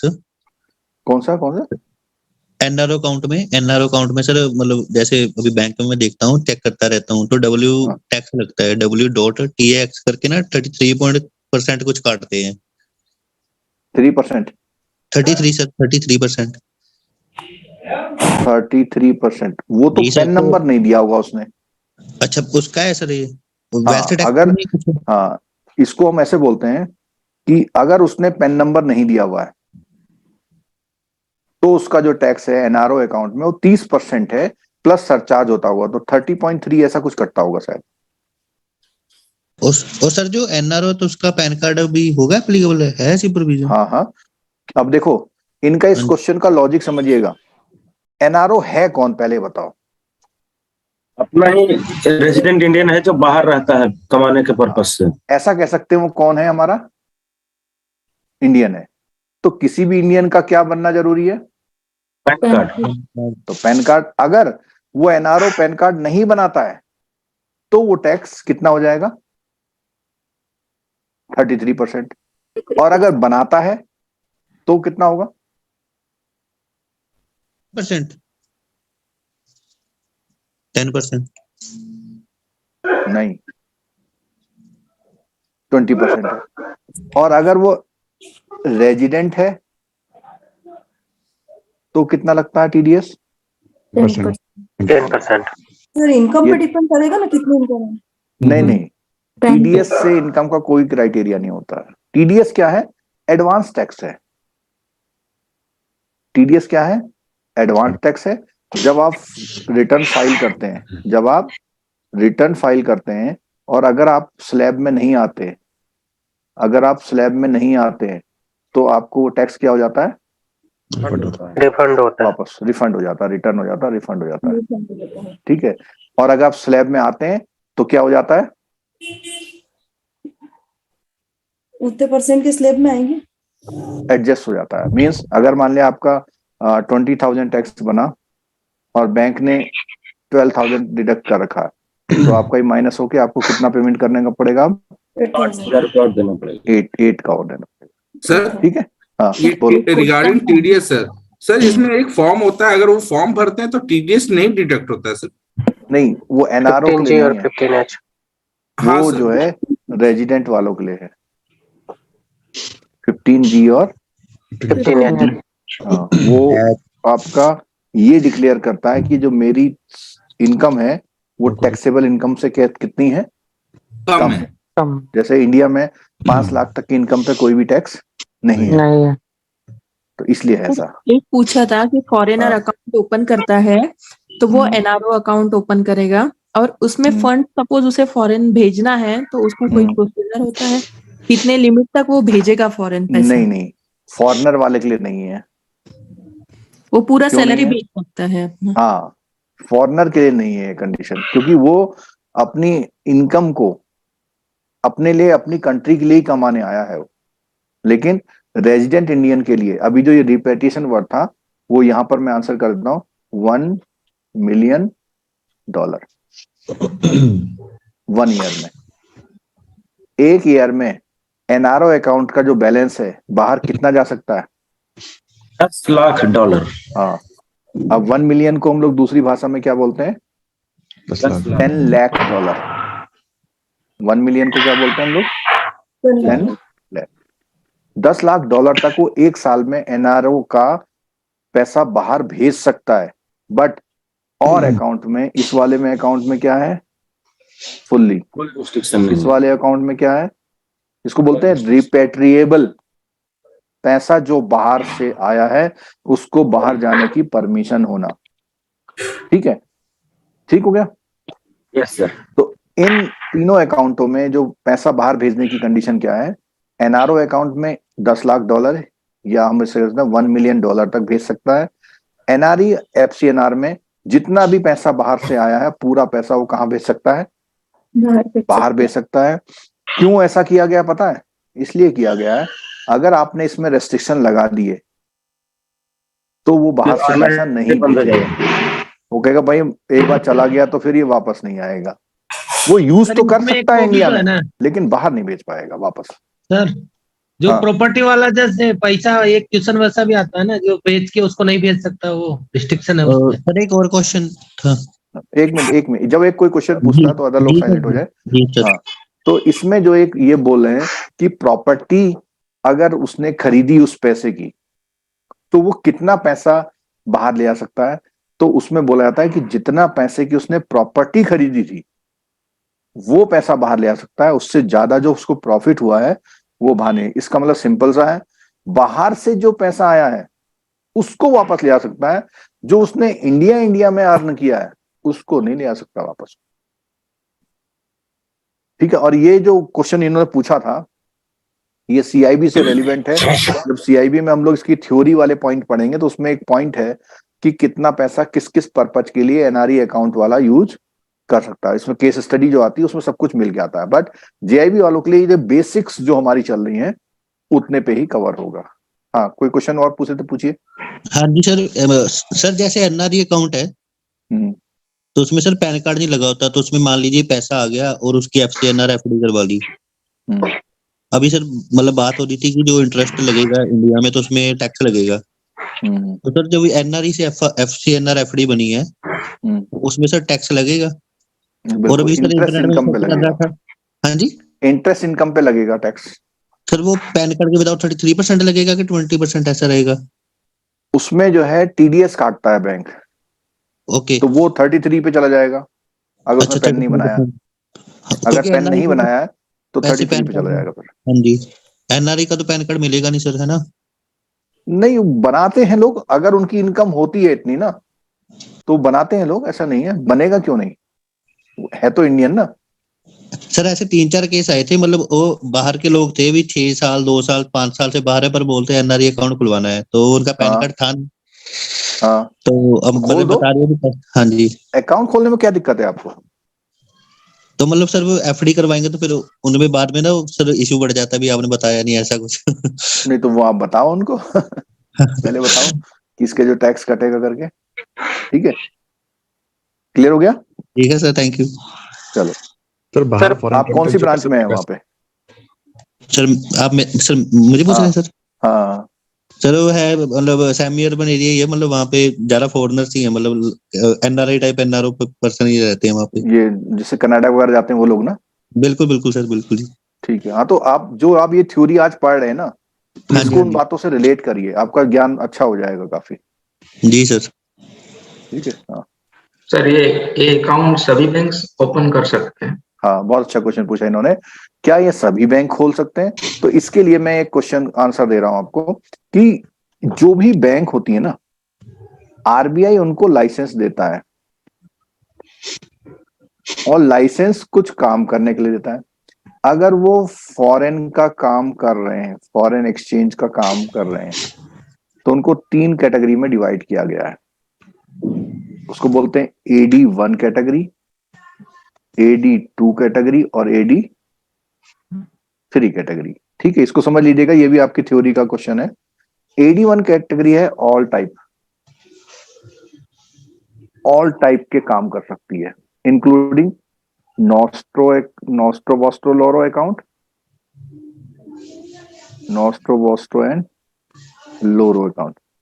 जो AD2 कैटेगरी होती है वो बिजनेस के सारे काम इंक्लूडिंग LC। ठीक है, और जो AD3 ब्रांच होती है उसका काम केवल, AD3 जो कैटेगरी होती है उसका काम केवल बाई करना होता है। बाई क्या करना? फॉरेन करेंसी, यानी वो एक्सचेंज कर सकती है लेकिन सिर्फ बाई करेगी, सेल नहीं करेगी। तो जो NRE अकाउंट की बात करें तो जो AD2 कैटेगरी की ब्रांचेज होती हैं वहां पर जिस ब्रांच को ये लाइसेंस है, अधिकतर बैंकों ने तो अपनी NRI ब्रांच करके खोल रखी है, लेकिन जो मेन ब्रांचेज होती है ना अक्सर बैंकों की सिटी में या बड़ी बड़ी ब्रांचें होती हैं, उनमें ये फैसिलिटी अवेलेबल होती है। ठीक है सर, पैसा जो बाहर भेजते हैं हम लोग नॉर्मली किसी सेविंग अकाउंट से बाहर पैसा पेमेंट करते हैं, तो क्या इनकम टैक्स से कोई प्रोविजन होता है अपने पास कि मतलब उस पर टैक्स में रिबेट मिले अपने को? भेजने में कोई प्रोविजन नहीं है। इनकम टैक्स का काम केवल इनकम लगना और उस पर टैक्स लगना है या नहीं लगना ये डिसाइड करता है। बाहर भेजना ना भेजना ये फेमा के अकॉर्डिंग RBI रूल बनाता है इसके। नहीं, अगर एजुकेशन पर्पज से बच्चे का दिखाते हैं कि एक्सपेंसेस हैं, उसमें शो कर सकते हैं क्या उसको? चलो देखो, ये जो इन्होंने क्वेश्चन पूछा था, जो JIB वाले हैं, ये बता सकते हैं कि जो लिबरलाइज्ड रेमिटेंस स्कीम है, लिबरलाइज्ड रेमिटेंस स्कीम LRS बोलते हैं इसको, इसमें सिर्फ यही बातें क्लियर की गई हैं कि कोई भी बंदा कितना पैसा तक बाहर भेज सकता है या नहीं भेज सकता, उसकी लिमिट क्या है बेसिकली। ठीक है, क्लियर हुआ ये आपका आंसर? जी सर। और कोई क्वेश्चन किसी का? देखो, क्वेश्चन पूछो, क्वेश्चन पूछने से क्लैरिटी आती है, और जो आप लोग रटा रटाया काम करते हैं उससे थोड़ा सा आप ऊपर आते हैं और आपको एक्सप्लोरिंग करने में मदद मिलती है। जब आप फंस जाते हैं ना तो यही सब डिस्कशन काम आता है वहां पर। ठीक है, और क्लास की बातें याद रहती हैं। सर अगर NRI की जगह PIO हो तो कौन सा अकाउंट खोलेगा? बहुत बढ़िया। देखो, कई बार क्या होता है, देखो आपके क्वेश्चन से कुछ ऐसे लिंकेज क्लियर होते हैं जो अभी तक डिस्कस नहीं हुए थे। जैसे अभी थोड़ी देर पहले फॉरेन वाली बात आई थी। ठीक है, तो अब मैं आपको बता दूं कि जो फैसिलिटी NRI को अवेलेबल है वो सारी फैसिलिटी PIO को अवेलेबल है। समझ गए बात को? कि जहां पर भी हमने PIO word, NRI word use किया हुआ है, तो मैं यहां पर इसको एक्सप्लेन करता हूं। ये देखो, ये जो दोनों हैं, ये दोनों सेम फैसिलिटी वाले अकाउंट को ऑपरेट कर सकते हैं। ये PIO और NRI को सेम फैसिलिटी मिलती है, यानी ये इंडिया में आकर के NRI अकाउंट खोल सकते हैं। फॉरेनर अलग है, ये तो केवल कौन सा अकाउंट खोल पाता है? NRO। बट PIO और NRI अकाउंट वाले टर्म में सेम वो रखते हैं। जो फैसिलिटी एक NRI को मिलती है वही सारी फैसिलिटी एक PIO को मिलती है। कौन से? बैंकिंग फैसिलिटी अवेल करने में। सर लेकिन PIO के केस में सर ID प्रूफ तो होगा नहीं, कोई जरूरी नहीं है उसके पास ID प्रूफ हो, तो कैसे खोलेंगे सर? नहीं, ID प्रूफ क्यों नहीं होगा? इंडियन तो के पास पासपोर्ट है? जरा एक इंडियन मिनट ID प्रूफ हो बैटरी बदल सकता रहा है, एक मिनट रुकिए, जरा बैटरी बदल रहा है।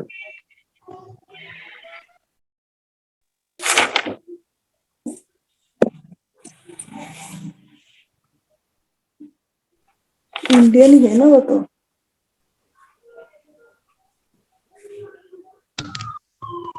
इंडियन तो है, लेकिन कोई जरूरी तो है नहीं कि उसका पासपोर्ट बना हो। वो बाहर ही अगर पैदा हुआ है, उधर का ही सिटीजन बन गया, तो कैसे हो सकता है? तो इंडिया अगर आया अकाउंट खुलवाने के लिए पासपोर्ट तो होगा सर। नहीं नहीं, ये वो कोई ना कोई प्रूफ तो ऐसा देगा ना कि उसके फादर मतलब अपने आप को पीआईओ की कैटेगरी में रजिस्टर्ड कराएगा वो।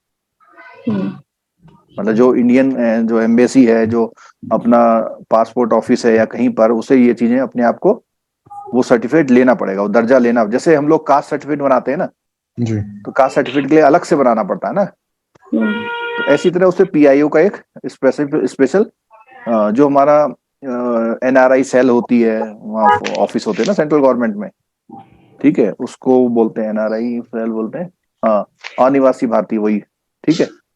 तो वो उसमें उनको ये फैसिलिटीज मिलती होंगी, ठीक है।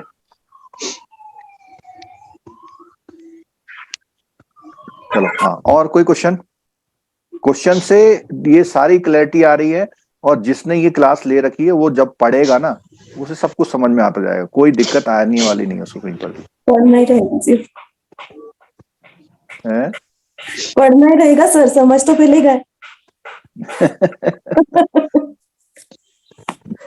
चलो, तो लिबरलाइज रेमिटेंस स्कीम में हम कितना पैसा किस पर्पज से भेज सकते हैं, ये नए सिलेबस में आ चुका है, ठीक है। पुराने में भी था, नए में ये टॉपिक को सीआईबी में अलग से कर दिया गया है, और जेआईबी में भी इसका दिया गया है। तो जब हम ये टॉपिक लेंगे तो दोनों लोगों को ये बात करेंगे, ठीक है। चलो, अब कुछ पॉइंट और लेते हैं, जल्दी से इसको रैपअप करेंगे।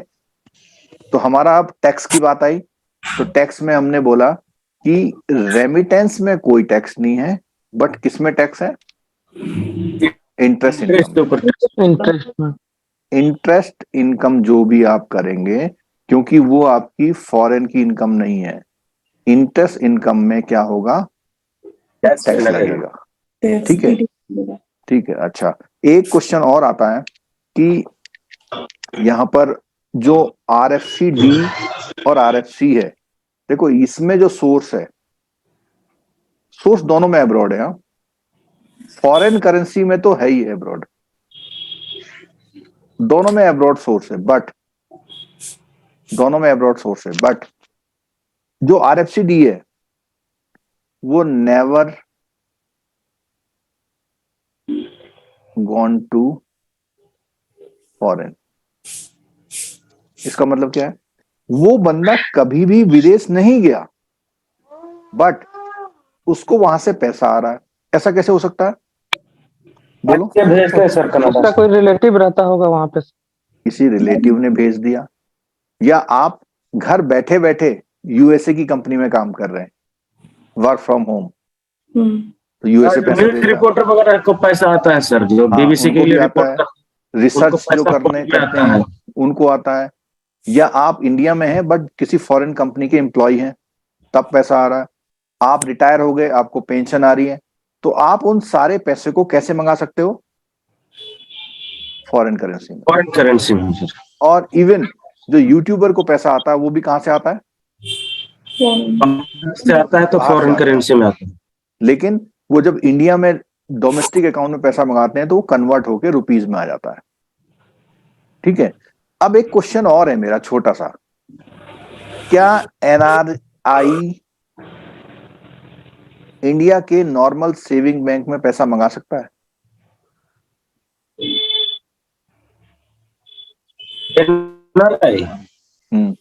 हाँ सर, मंगा सकता है, ठीक है। यानी ऐसा कह सकते हैं कि जो नॉर्मल हमारा एसबी अकाउंट होता है, उसमें जो डिपॉजिट है वो किसी भी सोर्सेस से आ सकता है, एनी सोर्सेस से, चाहे वो बाहर से आए, चाहे वो इंडिया से आए, चाहे एनआरआई भेजे, चाहे पीआईओ भेजे, चाहे उसको कहीं से पेंशन आ रही हो। और उसका उदाहरण मैं देता हूं, अधिकतर जो सऊदी या कनाडा में लेबर कैटेगरी में जो लोग जाते हैं, वो जब वहां से पैसा भेजते हैं तो वो डायरेक्टली कैसा कन्वर्ट करा के भेजते हैं? इंडियन रुपीज में आता है, रुपीज में। उन्हें कोई झंझट नहीं है, अपना जो अपना चालू खाता होता है उसका नंबर दे देते हैं और सीधे उसमें पैसे आता है, और क्योंकि वो घर वाले उस पैसे का इंतजार करते रहते हैं, जैसे ही पैसा आता है तो घर वाले उसे खर्च कर देते हैं। तो उन्हें इन बातों से कोई मतलब नहीं है कि मैं एनआरओ में डालूं, एनआरई में डालूं, ठीक है। और हमने बात की थी एनआरई का जो सबसे बड़ा बेनिफिट है, वो सबसे बड़ा बेनिफिट क्या है, मैं रेड कलर से कर रहा हूं। एक तो ये वाला बेनिफिट, कौन सा, फुल्ली पूरा पैसा ले आ सकते हैं। दूसरा, टैक्स नहीं है उसमें कोई, ठीक है। तो ये जो बेनिफिट है ये उस आम आदमी के किसी बेनिफिट के लिए नहीं है जिसको पैसा भेजना है। मान लिया 20,000 रुपए आए, घर वालों ने निकाले और खर्च कर दिए, तो उसके लिए कोई फर्क नहीं पड़ता है एफसीएनआर क्या है, एनआरई क्या है, एनआरओ। इसलिए वो लोग एनआरओ अकाउंट नहीं खोलते हैं। और एनआरओ अकाउंट की एक खास बात और है, जो एनआरओ अकाउंट है वो बेसिकली नॉर्मल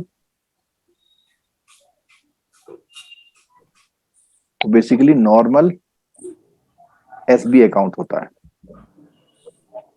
लेकिन जैसे ही वो बंदा अपना स्टेटस, अभी वो क्या है, रेजिडेंट इंडियन है, जैसे ही वो अपना स्टेटस क्या कर लेगा, एनआरआई, तो उसका यही अकाउंट सेविंग बैंक वाला, बैंक वही सेविंग बैंक रहेगा।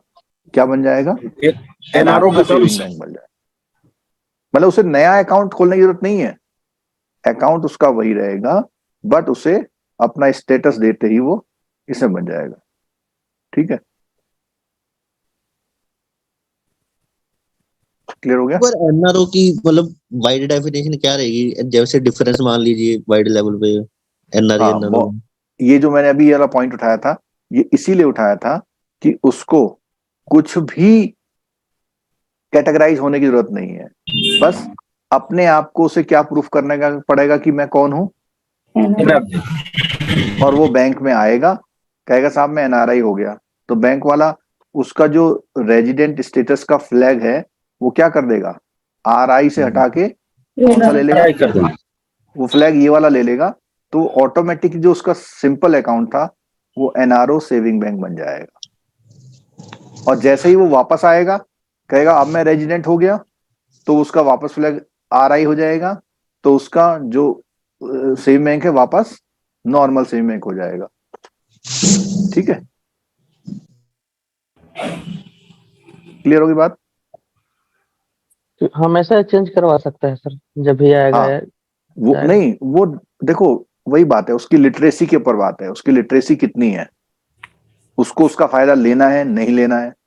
लेकिन अगर वो आपको बदलवाने आता है तो आपको उसके डॉक्यूमेंट के हिसाब से क्या करना पड़ेगा, बदलना पड़ेगा, ठीक है। अकाउंट कुछ नहीं बदलता, सब कुछ वैसे ही चलेगा, सब कुछ वैसे ही रहेगा, केवल क्या बदलेगा उनका स्टेटस बदलेगा, स्टेटस चेंज हो जाएगा। चलो अच्छा, एक दो पॉइंट और रह गए, इसको जल्दी से खत्म करते हैं। आप लोग भी थक गए होंगे क्लास में ना। नहीं सर, नहीं थकेंगे नहीं सर, अभी तो 5 पेपर है तो पढ़े ना, अभी 2 घंटा और पढ़ेंगे। पर ये बहुत इंटरेस्टिंग टॉपिक लगता है मुझको यार, है ना। जी इसमें जो जनरल क्वेरी है एक बैंकर की वो रिजॉल्व हो जाती है यहाँ पर, ठीक है। अब मैं एक क्वेश्चन पूछता हूँ आपसे। सपोज कीजिए कोई आदमी आया और आपके काउंटर पे $5,000 लेके खड़ा हो गया और कहा मेरे को नॉर्मल सेविंग बैंक में जमा करने। नहीं करेंगे।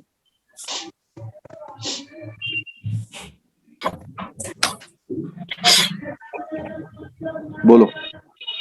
नॉर्मल नहीं जमा हो पाएगा सर। नहीं होंगे ना सर, डिपॉजिट होना चाहिए। सर कन्वर्ट करके करते हैं ना, एक्सचेंज तो करके। वो तो वही तो मैं भी कहना चाह रहा हूँ। अगर उसके पास $5,000 हैं, $10,000 हैं, $2,00,000 हैं, वो आपके पास आता है तो आप उसे कन्वर्ट करोगे और उसके खाते में जमा कर दोगे। किसी भी ब्रांच में जमा हो सकता है सर। नहीं, सर वो तो फॉरेक्स ब्रांच में होगा सर, फॉरेक्स वाला में होगा ना। जहाँ पे इसका भी आंसर बताता हूँ, सुनो, इसका भी आंसर सुन लीजिए, सुनिए इसका आंसर सुनिए। एक तो सही बात बोला, जो फॉरेक्स ब्रांच है उसमें तो हो ही जाएगा, कोई डाउट ही नहीं है उसमें तो। बट लेकिन सर इसका लिमिट है ना, मतलब इतना तक ही कर सकते हैं, ये भी है कुछ। नहीं नहीं नहीं, नहीं। उसमें आप उससे फर्दर डॉक्यूमेंट मांगेंगे, डिक्लेरेशन मांगेंगे कि ये पैसा कहाँ से आया। तो कहेगा जी मेरे चाचा जी आए थे कल, वो मुझे $5,000 दे गए। डिक्लेरेशन, या वो कहेगा कि मैंने एक वहां पे जॉब करी थी और ये जो $5,000 बोल रहा हूं ये either in way of currency और चेक और गिफ्ट चेक, ट्रेवलर चेक, कुछ भी हो सकता है। अब वो आपके बैंकिंग में सिस्टम है कि आप उस फंड को कैसे कन्वर्ट कराते हैं, उसके बाद क्या रूल है वो देखेंगे। तो एक क्वेश्चन ये था कि फॉरेक्स ब्रांचेज में तो होगा ही होगा, बट नॉर्मल ब्रांचेज में भी होता है। वो क्या करते हैं, उसको एक कलेक्शन की तरह यूज करते हैं। कैसे करते हैं? कलेक्शन। वो क्या करेंगे, उसकी वो बनाएंगे पूरी पर्ची और कौन सी ब्रांच में भेज देंगे अपनी? फॉरेक्स ब्रांच की पोस्ट करेंगे, फॉरेक्स ब्रांच में भेजेंगे। वो उसका वो बताएंगे, टीआर एडवाइस जनरेट करेंगे और आपके खाते में डाल देंगे, आप उसके खाते में उठा के डाल दो। ठीक है। तो एनआरई अकाउंट या कोई भी अकाउंट रुपीज अकाउंट है तो उसमें डिपॉजिट करने के लिए बस कन्वर्जन करना पड़ेगा। क्या करना पड़ेगा? कन्वर्जन। और अगर मैं बात करूं बैंक का बिजनेस प्रॉफिट क्या है, बैंक का बिजनेस प्रॉफिट बहुत बड़ा इससे भी आता है। आपको कुछ नहीं करना है, आपको क्या करना है, उसका डॉलर लेना है, उसको रुपए में कन्वर्ट करना है और उसमें कुछ चार्जेज काट लेना लगाना। लेकिन ये जो सर चार्जेज है नॉर्मल हम कैश जमा करते हैं वैसे नहीं कर हाँ। सकते ना उसको जमा। हाँ नहीं नहीं, वैसे नहीं कन्वर्ट कर करना सकते पड़ेगा ना पहले। हाँ वो कन्वर्ट होगा फिर, तो फिर नॉर्मल ब्रांचेस में जमा नहीं होगा। नॉर्मल ब्रांचेज में होता है कन्वर्ट एज ए करवाए। कलेक्शन। मतलब बताता हूं मैं आपको, आपके वहां क्या बनती है, कुछ टीआर बनती है, उसमें आप जैसे मान लिया आपके पास दूसरी बैंक का चेक आता है ना, जिसकी ब्रांच हाँ, यहाँ तो पे नहीं है, तो उसको क्या क्लियरिंग के करते लिए हैं? भेजते हैं। क्लियरिंग के लिए क्लियरिंग के भेजते लिए हैं, भेजते कलेक्शन के लिए भेजते हैं। ओबीसी तो जो भेज कलेक्शन का प्रोसेस है वो पूरा, उसमें आप लिखेंगे 5,000 क्या लिखेंगे? डॉलर भर के भेज देंगे और वो चपरासी जाएगा उस ब्रांच में जाएगा, वहां वो कन्वर्ट वगैरह करेगा और वो वहां से टीआर बना देंगे। 5,000 का मान लिया उन्होंने आज 80 रुपए का रेट लगाया तो 4 लाख रुपए वो टीआर देंगे, आप उसके खाते में डाल देंगे। इसमें कितना % लगता है चार्जेस? देखो नॉर्मली जो है वो एक तो उसमें रेट का डिफरेंस होता है, ठीक है, और उसके अलावा आपका मार्जिन काटते हो और कलेक्शन चार्ज, डिस्पैच, वो जो भी एक चेक कलेक्शन के चार्जेस होते हैं उस वो प्लस एक मार्जिन काटते हैं और बाकी जो बैंक जहां से आप कन्वर्ट करा रहे हैं वो कमीशन कमाता है। मान लिया बाजार में रेट है 82.13, आप उसको दे रहे हैं 81.68, तो ये भी तो आपकी इनकम है। ठीक है, डिफरेंस का जो आपका इनकम है, ठीक है, तो ये आपका इनकम का जरिया होता है। ये sir bank to bank differ करेगा सर कमीशन? कर सकते हैं। हाँ, रेट और commission bank to bank differ कर सकता है। तो जो पढ़े लिखे एनआरआई इंडिया में आते हैं ना, वो आपकी ब्रांच में आएंगे, आप जैसे ही आते हैं तो आप उन्हें कॉफी पिलाते हैं, ठीक है, और आपसे पूछेंगे सर 5 लाख रुपए कन्वर्ट कराने थे डॉलर, क्या रेट है आज? तो आपने बता दिया साहब 81.2 है, तो वो करवाते नहीं है। फिर दूसरे ब्रांच बैंक में जाते हैं, वहां पर कॉफी पीते हैं, आप समझ रहे हो ना सर? तो देखते हैं अरे यार इसका सही है, यहाँ कर देते हैं, वो यहाँ कर देते। सर एक क्वेश्चन और था सर, कैश विड्रॉल लिमिट क्या रहती है, डिफरेंस क्या रहता है एनआरई में? कोई नहीं, जो कैश विड्रॉल की लिमिट जो इंडियंस ने बना रखी है, मतलब जो बैंक ने बना रखी है, क्या है 2 लाख है, नहीं 20 लाख है, 2 लाख 20 लाख अलग अलग है ना जी सर। तो वो इनकम टैक्स जो भी रूल टीडीएस वाले हैं वही लागू होंगे उसमें। 20 लाख है सर, 20 लाख है और 20 लाख से ऊपर अगर 3 साल की आईटीआर दे रहा है तो 5 करोड़ तक है, कितने तक है? 2 करोड़ 1 करोड़ तक है शायद। अगर वो आईटीआर दे रहा है तो लिमिट शायद ऊपर तक है। नॉर्मल सेविंग वाले रहेंगे मतलब? जो नॉर्मली आम आदमी जब पैसा विड्रॉल करने आता है तो उस पर जो आपने कैश विड्रॉल लिमिट लगा रखी है वो सेम रहती है उसमें। जी सर। और टैक्स लगता है, ठीक है जी। अच्छा, एक चीज और जरा देख लीजिए, ये देखिए, ये आरएफसीडी वाली कहानी सुन लीजिए, बहुत अच्छी कहानी है इसकी। आरएफसीडी अकाउंट कौन होते हैं? मैंने बताया था वो आदमी जो कभी बाहर गया ही नहीं, उसको पैसा उसके काम का, उसके पेरेंट की पेंशन का, उसको कोई प्राइज मिला है उसका होता है। लेकिन आरएफसी कौन होता है इसके बारे में सुनिए। आरएफसी जो है जो मुगेम्बो खुश हुआ है ना अमरीश पुरी, वो होता है। ये वाला देखो, बहुत इंटरेस्टिंग बात है। आपने DDLG मूवी देखी होगी, बहुत फेमस मूवी है जी DDLG मूवी। तो 1995 DDLG में मूवी आया था। में शाहरुख खान इंग्लैंड जाते हैं और वहां अमरीश पुरी दुकान चलाते हैं, और वो उस कंडीशन में कौन सी कैटेगरी के होते हैं? BIO। कौन सी कैटेगरी में होते हैं? BIO। यानी उनके फादर यहाँ कभी रहते थे, बट उनको ऑप्शन है कि वो बाहर से क्या आ सकते हैं, इंडिया आ सकते हैं, तो वो रिटर्न होते हैं और सारा कारोबार आ करके पंजाब में सेटल होते हैं। तो जो RFC है वो रिटर्निंग इंडियंस के लिए है। किनके लिए फैसिलिटी है? रिटर्निंग वाले के लिए। रिटर्निंग इंडियंस के लिए है। तो RFC और RFCD में फर्क पता लग गया? Yes sir. डी का मतलब डोमेस्टिक, जो कभी बाहर गया ही नहीं या उसने कभी भी जीवन में NRI का स्टेटस नहीं लिया। बाहर गया से मतलब घूमने तो जा सकता है, लेकिन वो NRI नहीं बना कभी भी। लेकिन RFCD में क्या है, वो या तो NRI है, पर्सन ऑफ इंडियन ओरिजिन। बल्कि मैं NRI नहीं लिखता, इसलिए नहीं लिख रहा हूं कि जब तक वो NRI है तो वो तो कभी भी इंडिया आ सकता है। लेकिन वो बंदा जिसके फादर फोर फादर वहां सेटल हो गए थे, वो आज वहां रहता है।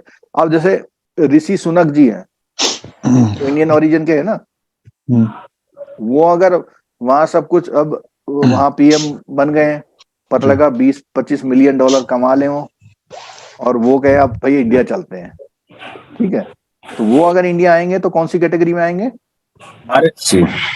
RFC वाली कैटेगरी में आएंगे।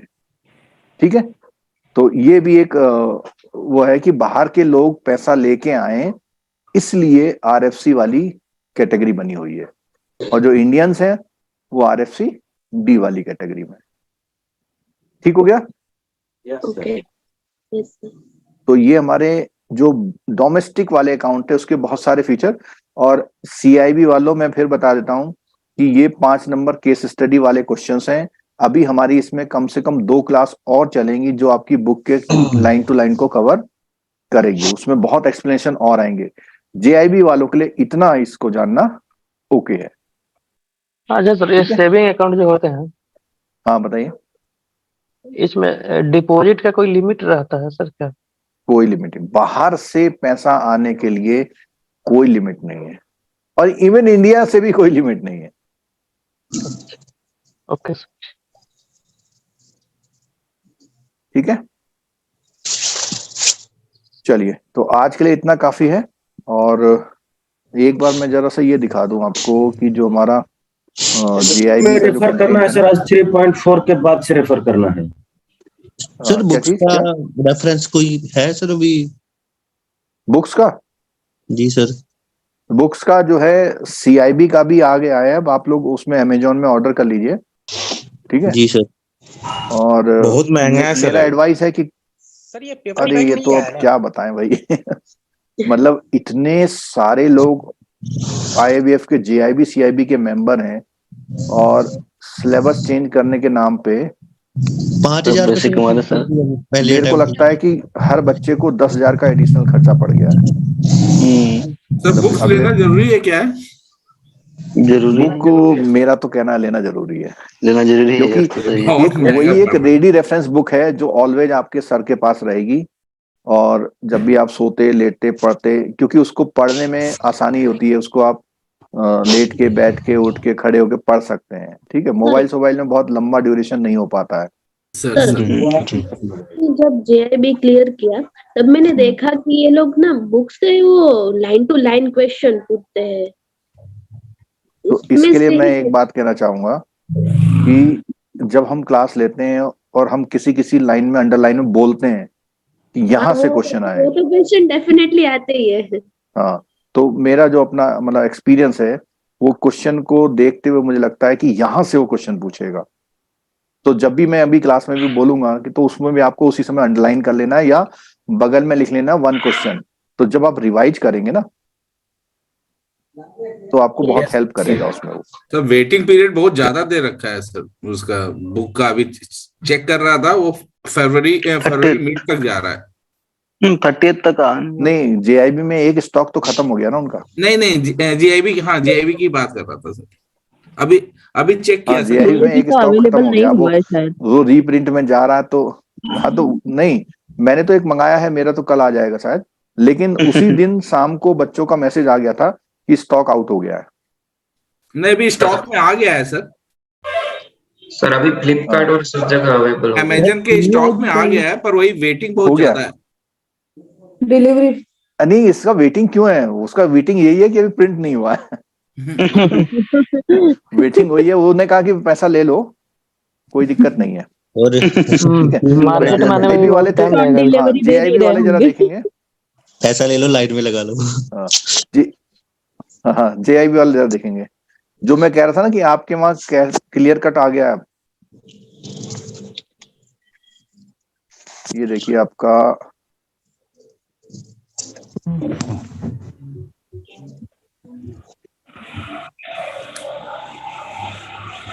एक तो थोड़ा सा फॉरेक्स मार्केट में यहां पर है, और एक आपका टॉपिक आया है, उसे खोलता हूं मैं प्रिंसिपल वाले में। इसमें ना ये देखो, एक तो लिखा हुआ है foreign exchange remittance facility for individuals, दिख रहा है आपको ये वाला? तो इसमें से ये जो अभी हम छोटे मोटे वर्ड बोलते हैं, इनवर्ड रेमिटेंस, आउटवर्ड रेमिटेंस, थोड़ा सा इधर से आएगा। और सबसे बड़ी बात जो आज हमने बात करी वो ये पूरा टॉपिक, पहले ये आपके बुक में ना डिफाइन नहीं था। जेआईबी वाले सुन रहे हैं? ये पहले आपका डिफाइन नहीं था, लेकिन अब इन्होंने बिल्कुल क्लियर कर दिया। देखो क्या बोला हुआ है, permitted account of India for NRI and PIO, ठीक है। फॉरेन नेशनल के अकाउंट, एसएनआरआर अकाउंट, ठीक है। Remittance of asset, NRI, PIO. तो ये बिल्कुल एक्विजिशन ऑफ ट्रांसफर, बिल्कुल ये जो क्लासेस होंगी ये जॉइंट होंगी। ये क्लासेस होंगी, क्या होंगी? जॉइंट होंगी, क्योंकि आपके में बिल्कुल आ गया। और जो अपने सीआईबी वाले हैं, सीआईबी वालों में जो ये टॉपिक हम लोग पढ़ रहे हैं वो बेसिकली कौन सा टॉपिक है? बीएफएम में थर्ड यूनिट है, जिसका नाम क्या है? Correspondent banking and NRI account. तो करस्पॉन्डेंट बैंकिंग की बात नहीं कर रहे हमने। आज जो क्लास ली है वो कौन सी ली है? एनआरआई के अकाउंट्स में। तो ये अभी मेरे ख्याल से 2 क्लासेस और होंगी, तब जाके ये टॉपिक हमारा पूरा होगा। लेकिन श्योर शॉर्ट टॉपिक होगा आपका। उसका कहीं पे भी कोई एमसीक्यू मिलता है तो उसमें आपको चैलेंज मिलेगा कि आप उसका आंसर कर पा रहे हैं, नहीं कर पा रहे हैं तो रेफर कर पाएंगे आप, क्योंकि आप लोग सब कुछ लाइन टू लाइन कवर कर चुके होंगे तब तक। ठीक है, चलिए, थैंक यू।